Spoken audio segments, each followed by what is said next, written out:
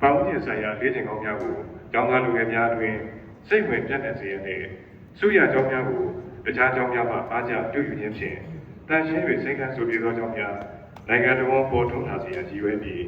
အမျိုးသားအဆင့်တန်ရှင်း၍စိတ်ကဆိုပြေသောကျောင်းစုကို2019ခုနှစ်မှာစတင်ပြီးစုများပေးရခြင်းဖြစ်ခဲ့ပါသည်2016ခုနှစ်အတွက်မျိုးသားအဆင့်တန်ရှင်း၍စိတ်ကဆိုပြေသောကျောင်းထက်တန်းတဲ့ဒေသအဆင့်ပထမစုကိုတနင်္သာရီတိုင်းဒေသကြီးကော့သောင်းပြည်နယ်ကော့သောင်းမြို့ရှိအားထက်ကတစ်ကော့သောင်းကရရှိခဲ့ပါသည်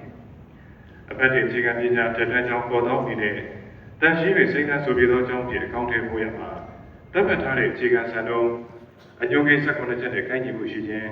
ဆရာဆရာမများတောင်းသားကျောင်းသူများကိုယ်တိုင်အရေးရပင်ဒီပင်စားပင်ရာသီပေါ်သိခံပင်နဲ့ပရက်စီးပင်များအမျိုးအစားစုံလင်စွာစိုက်ပျိုးခြင်းဟိုက်ဒရိုပိုနစ်ကာချာဒီပညာအသုံးပြုပြီးမြေပဲပင်စိုက်ပျိုးမှုရန်အတည်ပြုလို့က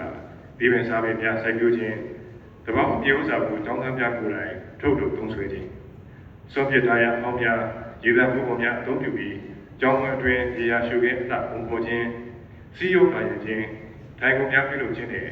အလတ်စင်ပစ္စည်းများအားမျက်စိပဓာနာဖြစ်ဝေအန်တီပြုလုပ်ခြင်းဒေသတွင်ပစ္စည်းများ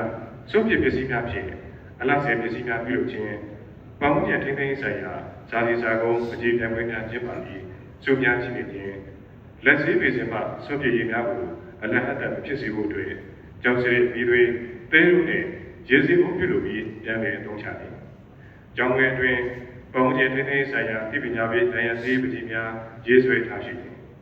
စွန့်ပစ်ပစ္စည်းများအားစနစ်တကျစွန့်ပစ်တတ်စေဖို့အတွက်အသိပညာပေးပေါ်ပြောပွဲများကျင်းပပေးခြင်းနဲ့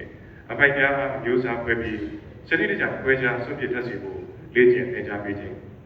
ကျေးဝါလူတို့နဲ့ပူးပေါင်းပြီးကျောင်းဝန်ကျောင်းပြင်စုပေါင်းတန်ရှင်းပြုလုပ်ခြင်းစတဲ့တန်ရှင်း၍စိတ်နှံဆိုပြီးသောကျောင်းတွင်ပေါ်လွင်အောင်ဆောင်ရွက်နိုင်ခဲ့တဲ့အတွက်အမျိုးသားအဆင့်တန်ရှင်း၍စိတ်နှံဆိုပြီးသောကျောင်းအထက်တန်းနဲ့အလယ်တန်းဆင့်ပထမဆုကိုချီးမြှင့်ရခြင်းဖြစ်ပါတယ်ခင်ဗျာ